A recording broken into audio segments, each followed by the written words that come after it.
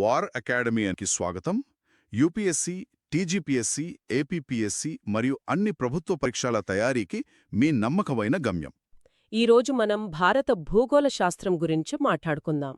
మన ముందు కొన్ని బహుళైచ్ఛిక ప్రశ్నలున్నాయి, కానీ ఇది కేవలం ఒక క్విజ్ లాంటిది కాదు. ఖచ్చితంగా. ఇక్కడ ఉద్దేశ్యం సరైన సమాధానం చెప్పడమే కాదు. అవును, ఆ సమాధానం ఎందుకు సరైంది, మిగతావి ఎందుకు తప్పు అనే లోతైన విశ్లేషణ చేద్దాం. సరే, అయితే మొదలు పెడదామా? తప్పకుండా. మొదటి ప్రశ్నతోనే మొదలు పెడదాం. ప్రశ్న సంఖ్య 14. స్లాష్ అండ్ బర్న్ అగ్రికల్చర్ను ఇలా కూడా పిలుస్తారు. ఆప్షన్స్: 1. జూమ్ సాగు, 2. సేంద్రియ వ్యవసాయం, 3. సహజ వ్యవసాయం, 4. సహకార వ్యవసాయం. ఏమంటారు? దీనికి సరైన సమాధానం ఆప్షన్ 1, జూమ్ సాగు. జూమ్ సాగు. ఓకే. అసలు ఈ స్లాష్ అండ్ బర్న్ అంటే ఏంటి? ఆ పేరులోనే దాని అర్థం ఉందా? అవును, దాని పేరులోనే మొత్తం విషయం ఉంది. స్లాష్ అంటే నరకడం, బర్న్ అంటే కాల్చడం. ఓ. సాధారణంగా కొండ ప్రాంతాల్లోని గిరిజనులు వాళ్ళు వ్యవసాయం కోసం ఒక అటవీ ప్రాంతాన్ని ఎంచుకుని అక్కడి చెట్లను, పొదలను నరికేస్తారు. అదే స్లాష్. ఆ తర్వాత ఆ నరికిన వాటిని అక్కడే ఎండబెట్టి నిప్పు పెడతారు. అదే బర్న్.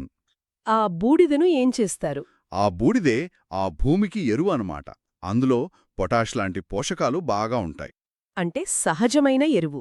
అవును, ఆ భూమిలో కొన్ని ఏళ్లు పంటలు పండించి భూసారం తగ్గాక ఆ ప్రాంతాన్ని వదిలేసి వేరే చోటికి వెళతారు. అందుకే దీన్ని షిఫ్టింగ్ కల్టివేషన్ అని కూడా అంటారు. మరి జూమ్ సాగు అని ఎందుకంటారు? మన ఈశాన్య రాష్ట్రాల్లో ఈ పద్ధతిని స్థానికంగా జూమ్ అని పిలుస్తారు. అందుకే ఈ రెండూ ఒకటే. చాలా స్పష్టంగా ఉంది. సరే, ఇక మనం కొండలపైకి వెళ్దాం. హిమాలయ శిఖరాల గురించి తర్వాతి ప్రశ్న. వాటి ఎత్తుల ఆరోహణ క్రమంలో, అంటే తక్కువ నుండి ఎక్కువకు సరిగ్గా అమర్చినది ఏది? ఆప్షన్స్: 1. నంగా పర్వత్, ధౌలగిరి, మకాలు, 2. గుర్లా మాంధాత, కాంచనగంగా, నందాదేవి, 3. ధౌలగిరి, నంగా పర్వత్, మకాలు, 4.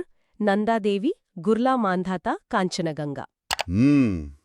ఇక్కడ సరైన సమాధానం ఆప్షన్ 1, నంగా పర్వత్, దానికన్నా ఎత్తైనది ధౌలగిరి, ఆ తర్వాత మకాలు. ఓకే. ఈ క్రమం గుర్తుపెట్టుకోవాలంటే ఖచ్చితంగా వాటి ఎత్తులు తెలియాలి కదా? అవును, తెలియాలి. నంగా పర్వత్ ఎత్తు సుమారు 8126 మీటర్లు. దీనే కిల్లర్ మౌంటైన్ అంటారు కదా? అవును, ఎందుకంటే పర్వతారోహకులకు ఇది చాలా ప్రమాదకరమైన శిఖరం. ఇక ధౌలగి ఎత్తు సుమారు 8167 మీటర్లు. అంటే నంగా పర్వత్ కంటే కొంచెమే ఎక్కువ. అవును, ఇక మకాలు ఎత్తు 8485 మీటర్లు. ఇది ప్రపంచంలోనే 5వ ఎత్తైన శిఖరం. సో 8126, 8167, 8485 క్రమం సరిగ్గా సరిపోయింది. కరెక్ట్. అద్భుతం.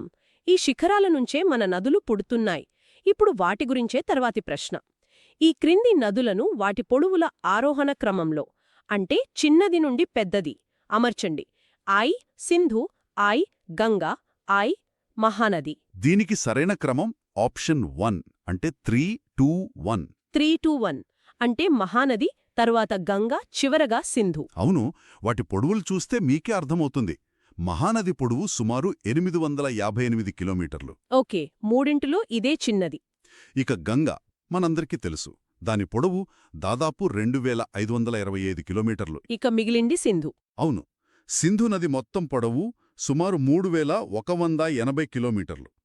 టిబెట్లో పుట్టి మన దేశం గుండా పాకిస్తాన్లో సముద్రంలో కలుస్తుంది. అంటే మహానది, గంగా, సింధు. చాలా స్పష్టంగా ఉంది. సరే, ఇప్పుడు నదుల నుండి అడవుల్లోకి వెళ్దాం. ఇదొక జతపరిచే ప్రశ్న. అడవులు, సాధారణంగా కనిపించే చెట్లు సంబంధించి. ఈ జతలలో ఏవి సరిగ్గా సరిపోయాయి? ఐ. ఉష్ణమండల సతతహరిత అరణ్యాలు, గంధపు చెక్క. ఐ.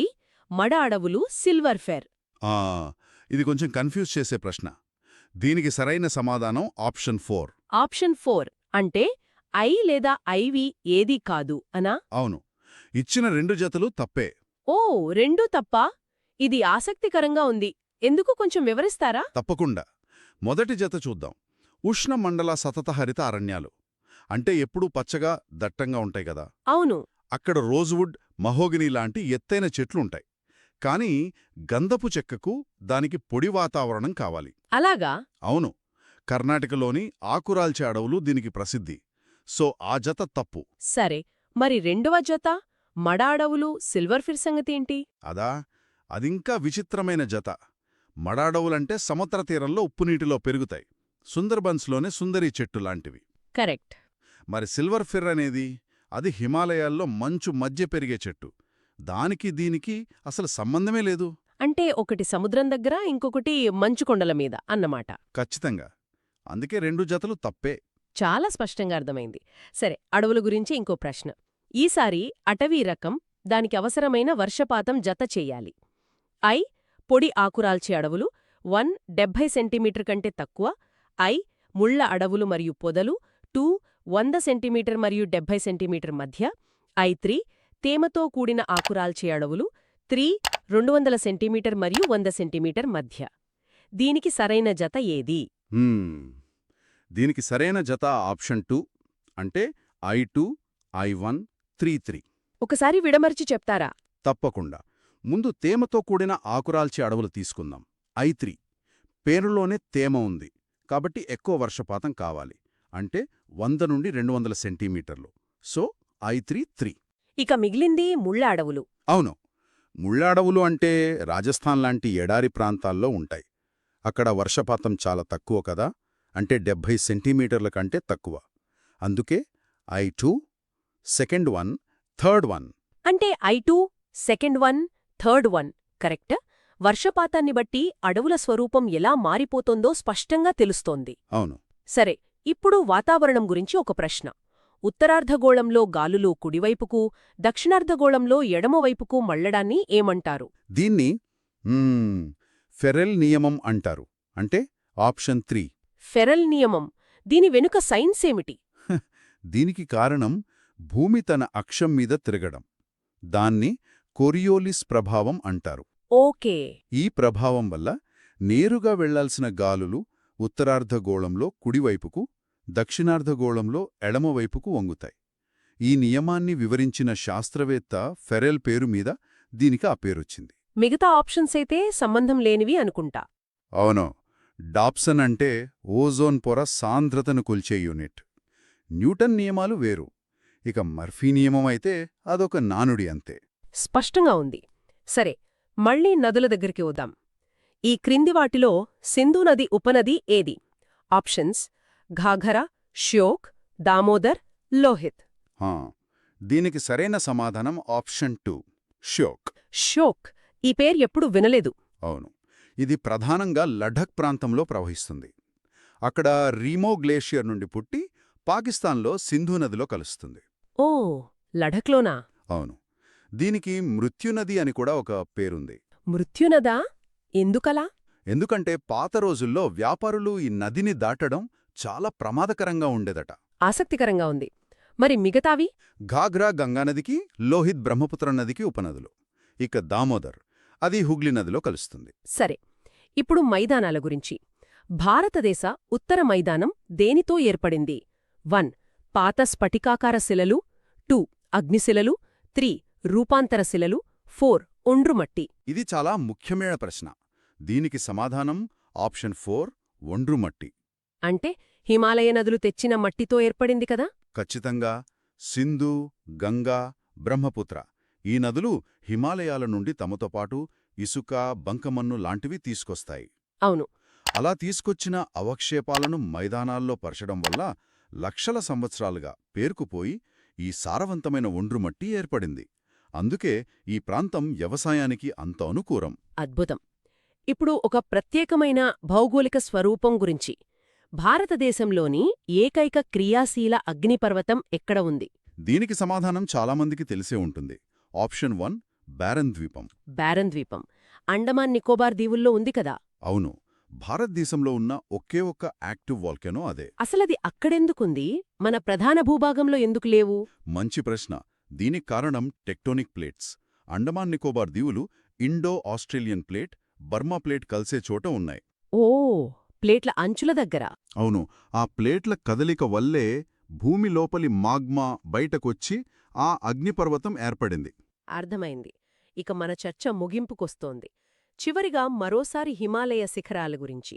ఇది కూడా వాటి ఎత్తుల ఆరోహణ క్రమం గురించే.